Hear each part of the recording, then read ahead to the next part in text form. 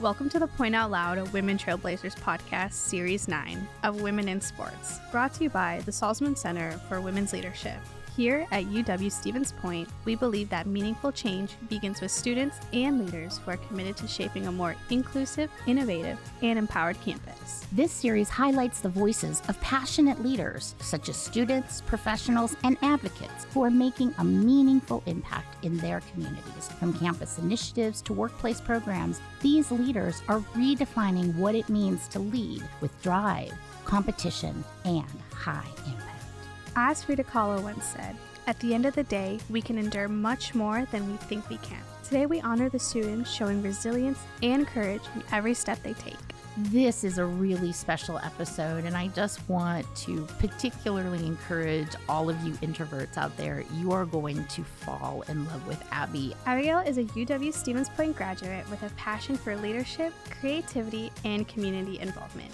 Since graduating in 2024 with a degree in management, she's built a career that blends event planning, partnerships, and fan engagement.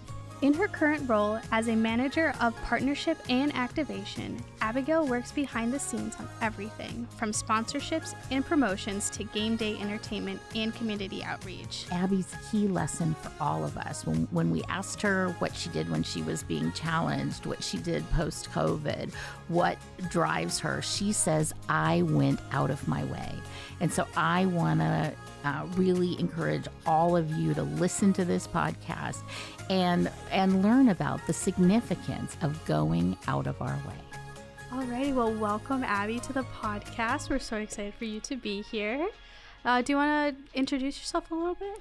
Yeah, sure. So my name's Abigail Koopman. I am the manager of partnership and activation with the Wausau Wood Tugs baseball team and Wausau Ignite softball team in the Northwoods League. I am a graduate of UWSP from 2024, the Sentry School of Business and Economics, a management major. Ooh, ooh, that's where I teach. And yeah, UWSP had a very formative role in my career, and I'm so glad to be able to talk to some people out there who would benefit from hearing a little bit about my story. Yeah. That's awesome. You were engaged in so many things across campus. Can you talk a little bit about the different places you engaged here on campus? Yeah, of course. So first of all, I started college in COVID, so 2020. I was a freshman that fall. So that was really hard, obviously, trying to get involved and make friends. There was not a ton of people on campus. The first thing that I actually got involved in was the UWSP Pointer Pep Band, and I made a ton of friends through that. And actually became their public relations coordinator. Did all their social media for about 3 years since I was a sophomore.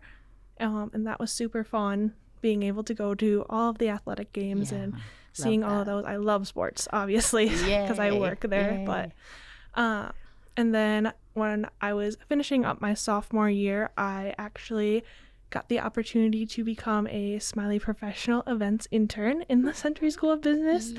So I got to plan a ton of professional development events and really branch out and meet a bunch of professionals in the Stevens Point, Wausau area and beyond, engage with all of my fellow students during these events, and just really understand what the student population wanted to see from these events as well, where they wanted to grow, where they wanted to develop. And I really enjoyed my time there. It really kind of shaped me into the professional that I am today. I was a really shy kid. I was a really, really shy person when I was first at school. And I would never have thought about coming on a podcast like this, like ever. That is not something that is in any way something that I would have thought about, but it really broke me out of my comfort zone, got me to talk to people that never would have thought to talk to before. And now we're here and we're thriving. So yeah, you are thriving. And you were also an officer and a small group leader and another in the Chi Alpha, did I say that right? Chi Alpha, yeah. Chi Alpha Fellowship. So just really impressed with you. I always have been, so because we're in the same school, mostly when you were in school, I was just teaching in the MBA. I'm doing some undergrad now, but we saw each other a lot through the Smiley events and just your leadership role there. And we can't take lightly the work you've done to understand the student point of view, because I think those events would be terrible without understanding what makes them more compelling to students. Yeah, I think it's super important to take in that student perspective. I think something that myself and one of my other fellow interns, Hannah Gunderson, we really worked hard to look at what are the students liking, what are they wanting, what is going to make them come to these events, because some of them are mandatory that you have to show up to a certain amount for your classes, but I think it's more what's going to make them want to come, want to succeed, want to grow professionally, and make them feel like they're doing it without actually putting in that much work. I guess it's not like a chore. We don't want it to be a chore. We want it to be something that's going to be beneficial for them. Yeah, thanks for your leadership in that space. It means a lot. Thank you. I just wanted to also ask you about, how you've translated that into your current roles. You learned so much in that role, not just about understanding the audience and what they want, but the level of organizing you got into was really very professional in nature. And so, right now you oversee sponsorship activation and in-stadium entertainment. Thinking about your experience at UWSP and then also your creativity, how do you pull all that together? Like, what did you learn at UWSP? How does it show up in those spaces in terms of how you structure or create? Yeah, I think definitely my experience at UWSP made me very, very organized, especially working within the pro event space. You had to be organized to be able to pull off all of these events. There's tons of little details that are just very integral into putting on events in any capacity. So that's something that really I had a lot of experience in, and that came easy to me. The creative part, I will admit, I had a little bit more of a challenge with, because I just naturally am a little bit more analytically minded. So it's taken me a while to be able to pull that out, and I think a lot of times I would shut myself down inside my head before presenting an idea, if it was crazy or something that it wasn't normal per se.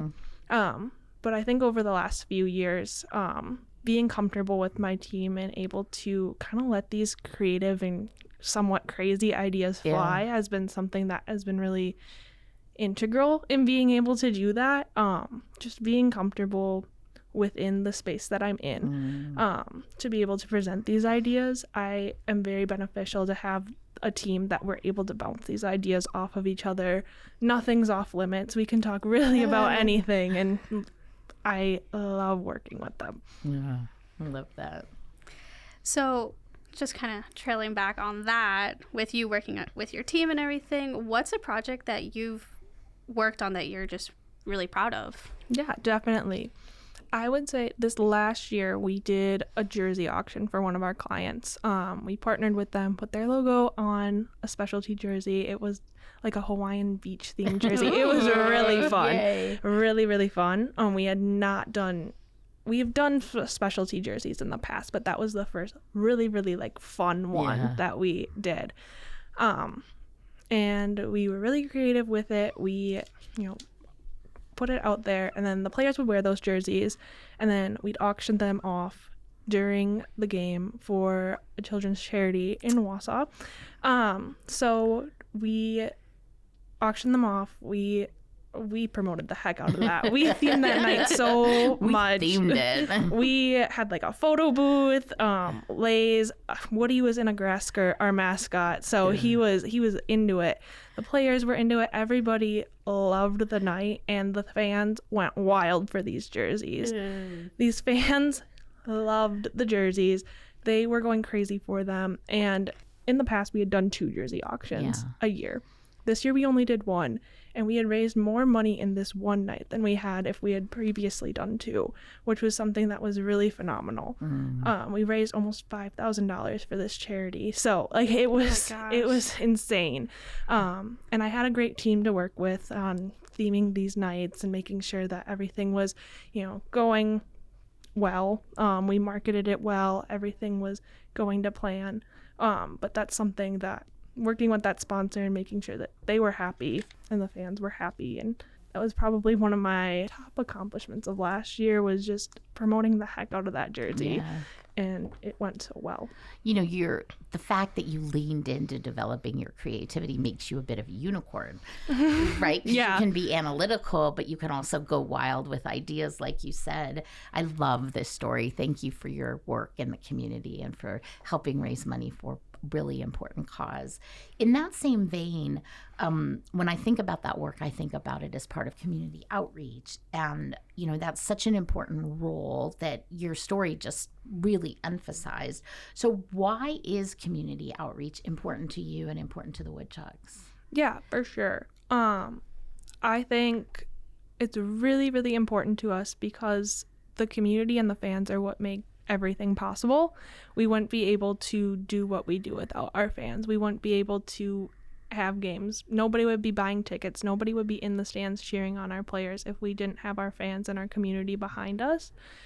And in turn, I think it's really important to pour that back into the community to make it a better place for those who are living in it, and to those who are supporting us. We want to support them just as much as they're supporting us. And I think that's really the main factor in us really being big in community outreach. We love to donate to our local causes, whether that's for raffles at their schools or things like that. We send our mascot out into the community all the time to just draw more attention to these different causes and different events and different fundraisers that our community is having, because the community is super, super important and integral in what we're doing, and we wouldn't be able to do it without them. Yeah, I love that you have a mascot. I love mascots. I think they're really fun. I just met the mascot for the very first time last year. Last year, I went to my very first Woodchucks game. I'm not gonna lie, I was very sick, but I had the time of my life. I was enjoying every single second. I think there's a high school pep band was sitting right in front of us, and they were also having the time of their lives. It made the experience so cool for me that I want to keep going back and back and back. Yes, that's perfect. We love that. That's good. So where's your leadership at that? Like, I'm curious. Like, we've talked about raising the funds, and we see your excitement, and we talk about sending out the woodchuck, the mascot. But so if you were to tell me, like, why your leadership matters or why your leadership is different, what's that like for you? What would you say? I come from a very small community, and we always did a lot for each other.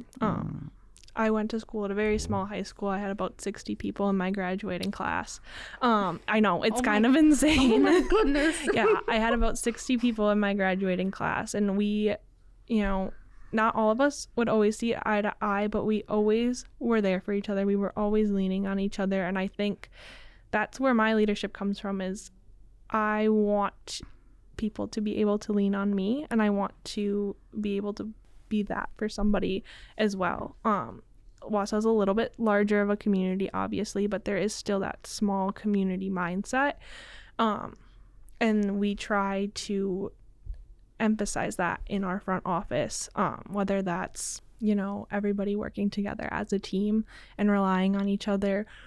We are all very competent at our jobs, and I think taking our jobs and making it our own and making sure that we are being that person that people can lean on for that, and people can rely that we're going to do what we say we're going to do.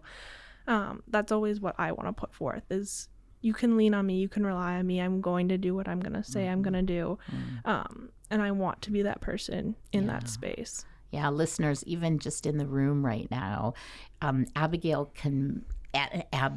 conveys this energy of steadiness. You're calm, you're steady, you're here to serve. Yeah, that's where I look to myself in my leadership style, and it's one of service leadership, I think, would be a way to describe it. Yeah, I appreciate that. Lean on me. Well, to continue with your leadership style for students who want to break into like sports management, what advice would you give them? When I was an intern, so I started interning with the Woodchucks in 2022, which was when I was a sophomore in college, after my sophomore year of college. We had a very small intern team. We still have a relatively small intern team, but I was in charge of our on-field promotions, a lot of community relations, and I also did ticket sales, which I am no longer in. And that looks like a relief.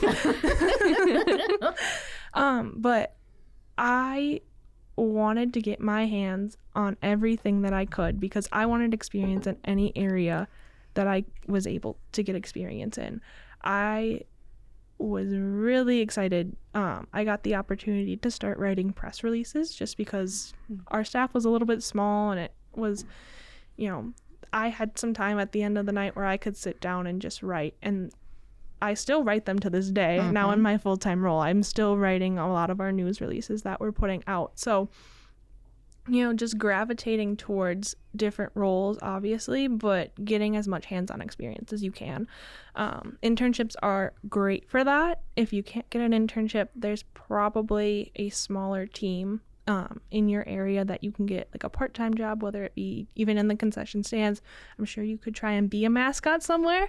Yeah, I love it. Kelsey's eyes just lit up. I love being the mascot. But like different part-time jobs too during the summer, we have summer staff roles, and some of those summer staff that started in our concession stands, that started as a camera operator on the field, have gone on to become our interns, and those in turn have gone on to get full-time jobs in sports because they started young. A lot of our part-time staff will start in high school, find out that they love the sports world and they just can't get enough of it, and that's where they stay. We've also had a lot of college students that have come, and that's like their first experience in sports, and they go on to maybe apply for an internship with a different team or with us or something like that. But just getting that hands-on experience and whatever you can. Yeah. So listeners, I hope you're taking this to heart. If you have somebody in your life, whether they're in junior high, high school, college, small teams, smaller organizations are a great place to begin to build your experience and really get connected for potential future employment. But what I'm really seeing is future joy. Mm-hmm. Yes, definitely. I love my job. I would not be at it if I didn't love it. So yeah. Did you ever see yourself working in sports? No, never. Yeah. Actually, like, that's great. Nobody I knew in my entire life had ever worked for a sports team ever. And it wasn't until I was about halfway through college when I was like, hey, I could actually like make this a career. I could make this sports thing my thing. Yeah. And I'm still here and I'm loving it, and I don't think I would change it for the world. That's such high praise. So you're loving it. It's really fulfilling, really rewarding. But I bet there's challenging days. Oh, definitely. So can you bring us in on a challenge you faced? Yeah. So obviously right off the bat, you've got your busy seasons. You've got the seasons where, it's hard to have a little bit of work-life balance. It's so important to have work-life balance, but there is that challenge sometimes, when we're having games every single day and I'm working over 10 hours in a day to make sure that all of the things happen. It can get challenging to make sure that you are refreshing yourself, you are refueling yourself. Just making sure that you know how you can handle stress, you know when to take time off, when to take time for yourself. Kelsey, what's going on over there? I hear that everywhere. Take time for yourself. Like, make sure you don't stress yourself out. And I'm over here stressing about every little detail in my life that I have to learn. It's a sign from all the guests that we've had saying, don't stress, live your life. I'm trying so hard. So what's a technique? Can you coach Kelsey? What can she do? Yeah. I was that person. Even last year, I was having a very difficult time trying to take time for myself. I think just knowing yourself, knowing your body, knowing the signs of, hey, I'm tired. I might start getting a little bit burnt out here. I need to take time just away, turn my phone off, shut my laptop, take a little bit of time away from my email, either take a walk, just take a day to process and think. I just do things you enjoy doing. I love to cook, and I can't do that a ton in the summer because I'm working a lot, but taking a day off to cook a favorite recipe maybe, or just do something that I enjoy. Like, I enjoy my job. It's so fulfilling, but doing something that I enjoy, that's not my job. Yeah, that's also fulfilling, right? Is there something about being women that puts us in this place of the way we hold stress, the way when we love something, we give it everything? I'm just curious. I think we're just seen to like really uphold a high standard in a lot of different things, especially in a workplace. If you want to be a boss, look like a boss, work like a boss, be a boss. So I just think I got tired. I got really tired. So I just think there's a lot of standards that have to be upheld by a lot of different women that a lot of people might be viewing like that. I agree entirely. You want to put that, you want to portray yourself as you can handle it, you can do it. And I think a lot of times, we don't like to say this, but maybe taking that time can show us as a little bit weak, but it's not. Taking that time, it makes you so strong. Oof, I just want to sit with that for a minute. I really appreciate that insight. How are you feeling, Kelsey? Like, that makes me feel good knowing that like it's not seen as weak at all. It shouldn't be. To a lot of people it might be, but I don't think it should be at all. I definitely need to learn how to take my time, slow down, and take a break. Yeah, and that our needs don't make us weak. Right? That, like, we're so busy meeting everyone else's needs that somehow we've just, I don't know, disenfranchised ourselves from our own. And so I love the adventure that you're on. I'm on it later in life. So I would say it's only been in the last few years that I've really been getting like, wow, maybe I'm a little bit of an adrenaline junkie on the high activity side. What would it be like if I just slowed down? What would it be like if I didn't do anything? Like, because I'm always, my roommate will tell you, I am always doing something. And what if I didn't do anything? Or what if I'm quiet? And I've had people say to me over the last couple of years, as I've learned to be more quiet, groups and people who are familiar with me, they'll be like, Lena, are you okay? I'll be like, yeah, I'm fine. They're like, well, you're just so quiet. Like, yeah, I'm not putting out so much energy anymore. I don't know. Have you had any of that? Have people noticed your shifts? Yeah, I think a little bit. I process things. It takes me a minute to I want to sit with them. Yeah, me too. I want to sit with things and process them. And I think sometimes, I'm an introvert too. So it takes me a little while to process things. And I want to process them without talking them out loud. And that's just, I think I tried to fit the standard that was set. I think there was a lot of people in my life that were extroverts and they think better by talking out loud. And I was trying to fit that standard. But now that I'm leaning into the quiet, leaning into how I think best, there has been people that have come up and been like, I noticed this, what's going on? And I'm like, this is just how I'm choosing to think and process and how I'm choosing to be. That's powerful. Well, I do want to say to all my introverted friends, both in the room and listening in, that actually the research says some really interesting things about introverts and extroverts. So an extrovert like me is often, because I speak up right away and I'm a fast processor, I'm going to be seen initially as a leader in the room. But as our performance continues, I'm going to decline a bit and you're going to rise a bit. So introverted leaders are a really good payoff over the long term in terms of what they do for an organization, what the benefits of what you talk about, the slow processing or the internal processing. So I love that both of you are strong in that. Thank you. I'm a really big introvert. Gosh, you can see me, like, I'm also such a homebody. Like, I'd rather be at home with my kitties doing my own thing working on my own stuff, and then at work as well. I'm just sitting at my desk. I have my blanket and just focused on my computer. And when it's time to talk to somebody, I'm just like, oh, maybe I don't want to get up, but I have to.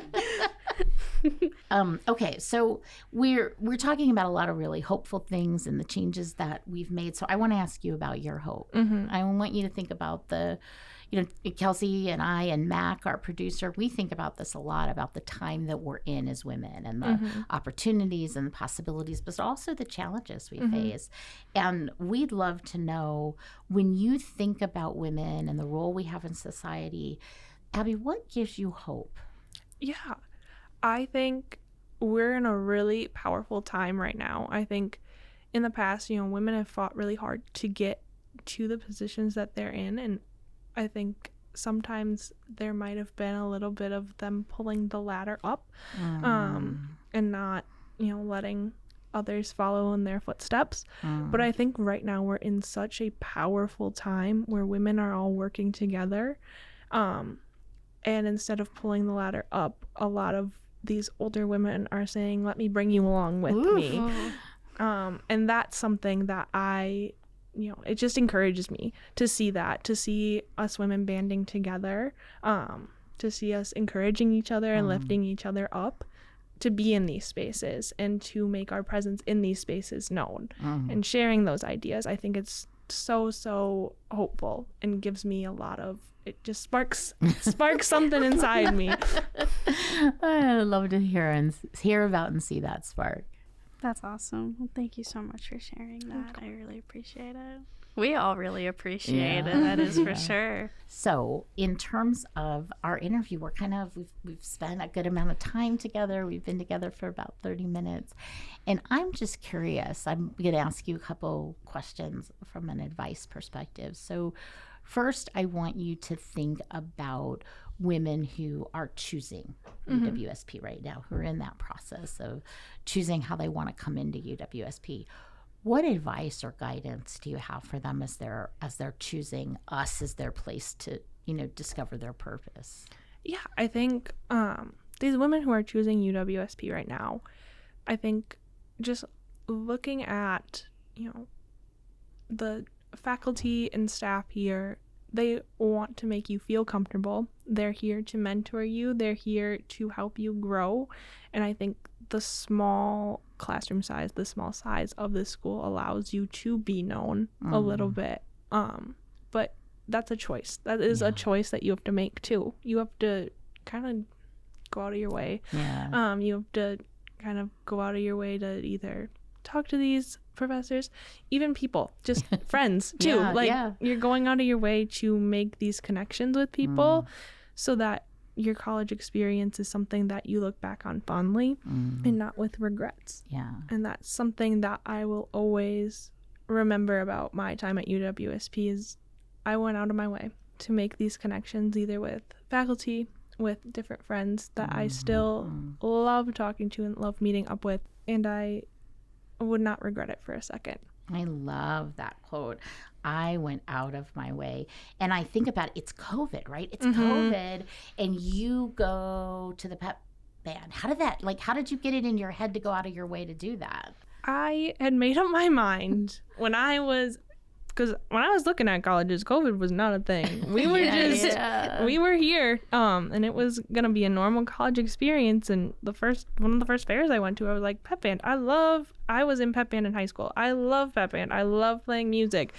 And then COVID happened, and we're still gonna meet up because we want people. We want to talk to people, masks and all, we want to talk to people. We want that connection. And I knew, it's COVID. It's going to be hard to make those connections just naturally being around. I'm going to go to this gathering of people where we probably won't even be playing music because how is that possible? It's COVID. And I'm going to meet these people and I'm going to make connections with them. And oh my gosh, yeah, I'm still friends with a lot of them to this day because that was a time. That was a very unique time, and you don't soon forget the people that you met and the connections you made during that. Yeah, I agree. Okay, so then I want you to put yourself at the end of your career, like you're retiring, and you've had this amazing career. You've been called a leader in lots of different spaces. What are you celebrating? What are you most proud of in terms of your leadership? I want to have been a leader, obviously, that had done what they said they were going to do, who was somebody that people could lean on, and was somebody that went out of their way to make people feel comfortable. I want to be known as somebody who was encouraging to women early in their career to, speak up and be leaders.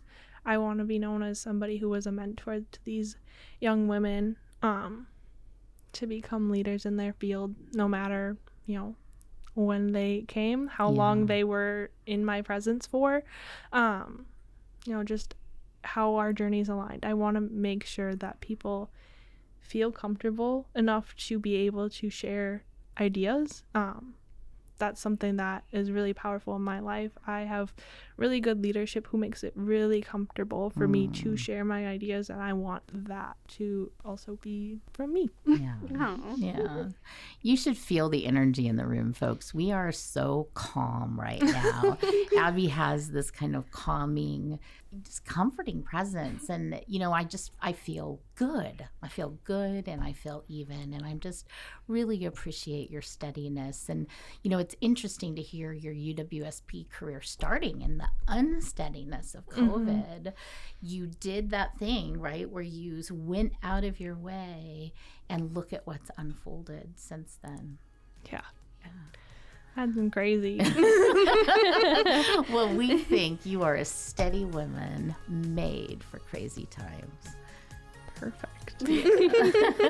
Thank you for joining us today, Abby. Thank you for having me. This was a blast. I'm so glad. Thank you so much. It was really good. Thank you for joining us for our 9th series of Women in Sports at UWSP. We hope these stories inspire you to step up, speak out, and make a difference in your own communities. Maya Angelou once said, "We may encounter many defeats, but we must not be defeated." Let's carry that resilience with us into everything we do.